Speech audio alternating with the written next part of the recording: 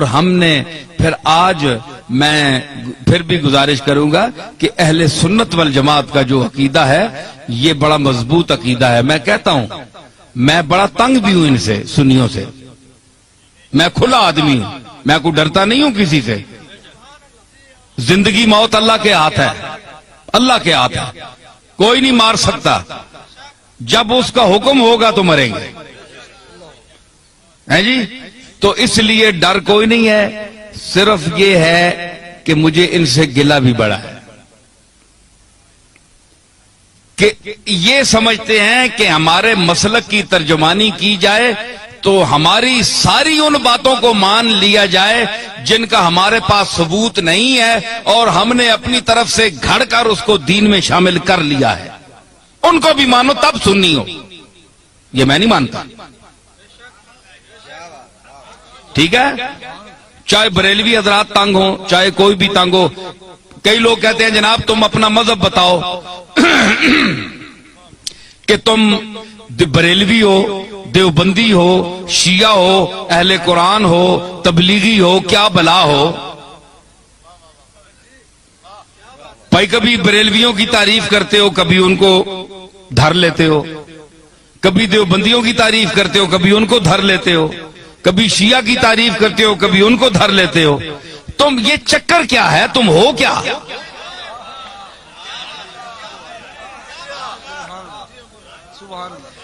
ہے جی.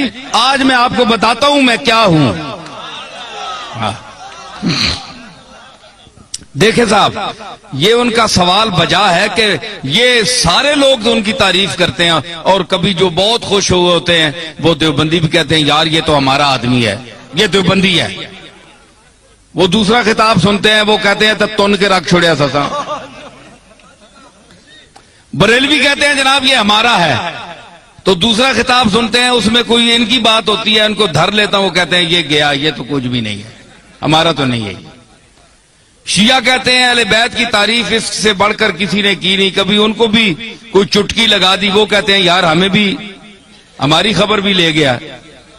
اہل قرآن، تبلیغی، اہل حدیث تعریف بھی کرتا ہوں، مذمت بھی کرتا ہوں. وہ کہتے ہیں یہ چیز کیا ہے، یہ ان کی معجون مرکب کیا ہے، حدود اربع ان کے کیا ہے.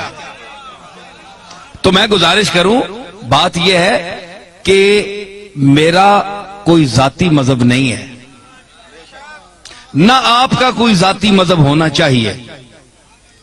ہمارا مذہب، ہمارا عقیدہ، ہمارا مذہب، ہمارا مسلک، ہمارا نظریہ، ہمارا اندیہ وہ ہونا چاہیے جو اللہ کی آخری کتاب قرآن مجید میں آیا ہے، یا جناب محمد الرسول اللہ سے جو عقیدہ، جو طریقہ ثابت ہے وہ آپ کا اور میرا عقیدہ ہونا چاہیے. ٹھیک ہے نا؟ یہ مسلمان کی تعریف ہے. تو ہر یاد رکھیے کہ ہر مذہب میں، ہر مسلک میں افراط و تفریط ہے. یا کوئی کسی بات میں گھٹ جاتا ہے، بہت دالیوں لے ونن تے بعض جگہ وہ اتنی شدت کرتے ہیں کہ حد سے بڑھ جاتے ہیں. میانہ روی، حضور نے فرمایا خیر الامور اوسطھا، یہ آپ کا ایسا جملہ ہے کہ پوری کائنات کے ہر چیز پر اس کا اطلاق ہو سکتا ہے.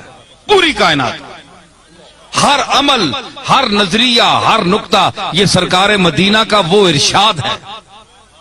میں اس کی تعریف کروں کہ فرمایا کہ ہر چیز میں درمیانہ روی اختیار کرو، ہر چیز میں. آپ اس کو گھر جائیں، اپنے بال بچوں کے ساتھ، بیوی کے ساتھ، والدین کے ساتھ، محلے والوں کے ساتھ برتیں اور حضور کے اس ارشاد مقدس کو آپ ذہن میں رکھیں کہ ہر چیز میں میانہ روی، نہ حد سے بڑھو نہ حد سے نیچے ہو، درمیان میں چلو. وہ کسی نے کہا نا کہ عزیز اتنا ہی رکھو کہ جی بہل جائے، عزیز اتنا ہی رکھو کہ جی بہل جائے، اب اس قدر بھی نہ چاہو کہ دم نکل جائے. ہر چیز کا ایک طریقہ ہوتا ہے اعتدال، درمیانہ روی. تو حضرت پیر میر علی شاہ صاحب کا کو اللہ نے علماء عصر میں امتیاز کیوں عطا فرمایا؟ دیوبندیوں نے کیوں ان کو مانا؟ شیعہ نے کیوں مانا؟ رد مرزائیت میں جب میرے دادا وہاں تشریف لے گئے تو سب نے مسلمہ طور پر آپ کو مقتدا اپنا کیوں مانا؟ آج کون سا پیر ہے پاکستان میں کہ جس کو تمام مسالک کے علماء اور مشائخ اکٹھے ہو کر اپنا پیشوا مانے؟ کوئی ہے آپ کے سامنے آیا؟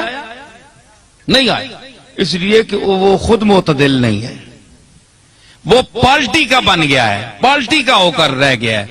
اس نے کہا کہ اگر میں شیعہ ہوں تو میں نے شیعہ کی حمایت کرنی ہے، چاہے شیعہ غلط ہے میں نے شیعہ کو ثابت کرنا ہے۔ دیوبندی ہے تو اس نے کہا میں نے دیوبندیوں کو ثابت کرنا ہے چاہے وہ غلط ہی کریں۔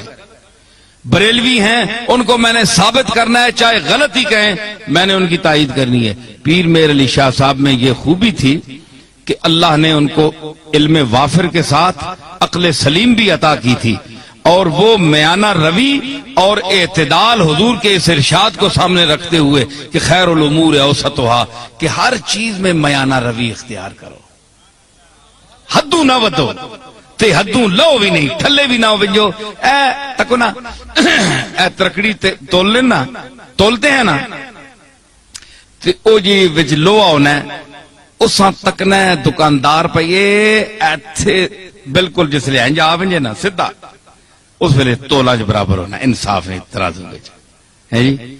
تے کئی جڑے او تے مولیاں نے پتھر مار چھوڑنے، مار کے میں تکنا رہا ہاں، مولیاں نے پتھر مار چھوڑا ہے یا ایمیں سودے نہیں چمک دیتی تو پلڑا انج ہو گیا تو اساں جلدی جلدی پا دیتا، کیوں سرور تکنا ہونا ہے نا؟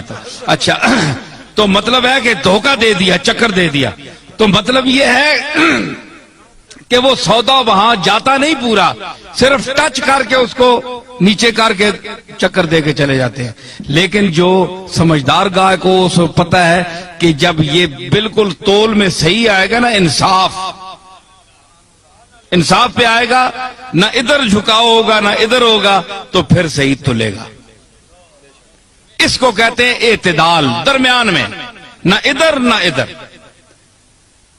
تو آپ بتائیں کہ سودا وہ صحیح تلتا ہے نا جو اعتدال پر ہو، جسے اس کے آنے جی ترکڑی نہ ہو، کنڈا صحیح تولتے درمیان کھلوتا ہو، اور صحیح سودا تلنا ہے۔ پیر میر علی شاہ صاحب کے میزان علم پر وہ کنڈا جو صحیح ہے اس پر ہر وہ سودا تلتا ہے، اور جو غلط ہو زائد ہو وہ ادھر ادھر ڈول بننا ہے، ختم ہو بننا ہے۔ لوگ آ رہے جناب پیر صاحب عجیب آدمی ہے، کسی کو انہوں نے کافر نہیں کہا، کسی کو مشرک نہیں کہا، کسی کے خلاف فتویٰ نہیں دیا، سب کو کہتے ہیں مسلمان ہیں، لیکن یہ ذرا ٹھیک کر لو، یہ ٹھیک کر لو، یہ غلط ہو تم، یہ غلط ہو، یہ ذرا ٹھیک ٹھاک کر لو، باقی تم ٹھیک ہو۔ پیر میر علی شاہ صاحب یہی کہتے ہیں نا۔ تو ہمارے یہ آج کے بعض بریلوی حضرات یہ کہتے ہیں جناب کہ انہوں نے اتنا علم ہونے کے باوجود انہوں نے کیوں کسی کو کافر نہیں کہا؟ دیوبندیوں کو کافر کیوں نہیں کہا پیر میر علی شاہ نے؟ اتنا بڑا عالم ہے، اور دوسرے لوگوں کو کیوں نہیں کہا؟ بھائی کوئی کفر کی بات سامنے آئے تو کافر کہیں، ان کی تصانیف آپ پڑھیں تو یہ اتفاق کے ساتھ بالاتفاق یہ بات جو ہے یہ آپ ذہن میں رکھیں کہ چاہے بریلوی ہو، چاہے دیوبندی ہو، شیعہ ہو، کوئی بھی ہو، اگر اس کے دل میں اس کے زبان سے ایسا جملہ نکلتا ہے جو رسول اللہ صلی اللہ تعالی علیہ وسلم کی گستاخی پر مبنی ہے، وہ حضور کو لوگوں کی نظروں سے گرانا چاہتا ہے، وہ دائرہ اسلام سے خارج ہے۔ ٹھیک ہے؟ باقی ہمارے بزرگوں کو نہ ماننے والا کافر نہیں ہوتا، ٹھیک ہے نا جی؟ ہمارے بزرگوں کو نہ مانے، کوئی داتا صاحب کو نہ مانے، وہ اللہ خود ہی منوا لے گا، وہ خود ہی پکڑے گا۔ اگر اللہ کے مقبولوں کے ساتھ کوئی زبان درازی کرتا ہے تو اللہ بڑا غیرت مند ہے، وہ نہیں چھوڑتا۔ اس نے کہا تھا بس تجربہ کر دیم دری دیر مکافات، با درد کشاں ہر کے در افتاد بر افتاد۔ حافظ نے کہا کہ ہم نے اس دائر مکافات میں بڑا تجربہ کیا ہے۔ یہ دائر مکافات ہے نا، بدلہ یہی مل جاتا ہے انسان کو، جو کسی کا حق دبائے، جو یتیموں کا مال کھائے، کتنے گیا وہ شکیل؟ ٹھیک ہے خلیل، ٹھیک ہے نا؟ تو مطلب ہے آپ کے علاقوں میں بھی ایسی چیزیں ہیں کہ جو غریبوں کا مال کھاتے ہیں، یتیموں کا مال کھاتے ہیں، اور ان کے یتیم رشتہ دار جو ہیں وہ دوسروں کے مدرسوں میں پلتے ہیں جا کر. سمجھ آئی؟ تو یہ فرمایا کہ وہ لوگ یاکلون فی بطونہم الا النار، وہ کھاتے ہیں اپنے پیٹوں میں انگارے، بھر رہے ہیں انگارے، آگ کے انگارے جو یتیم کا مال کھاتے ہیں.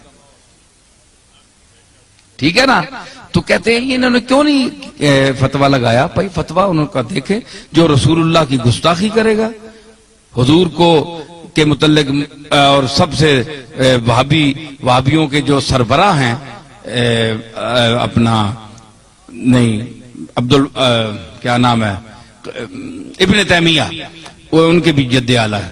تو مطلب ہے عقیدے میں جد اعلیٰ ہے.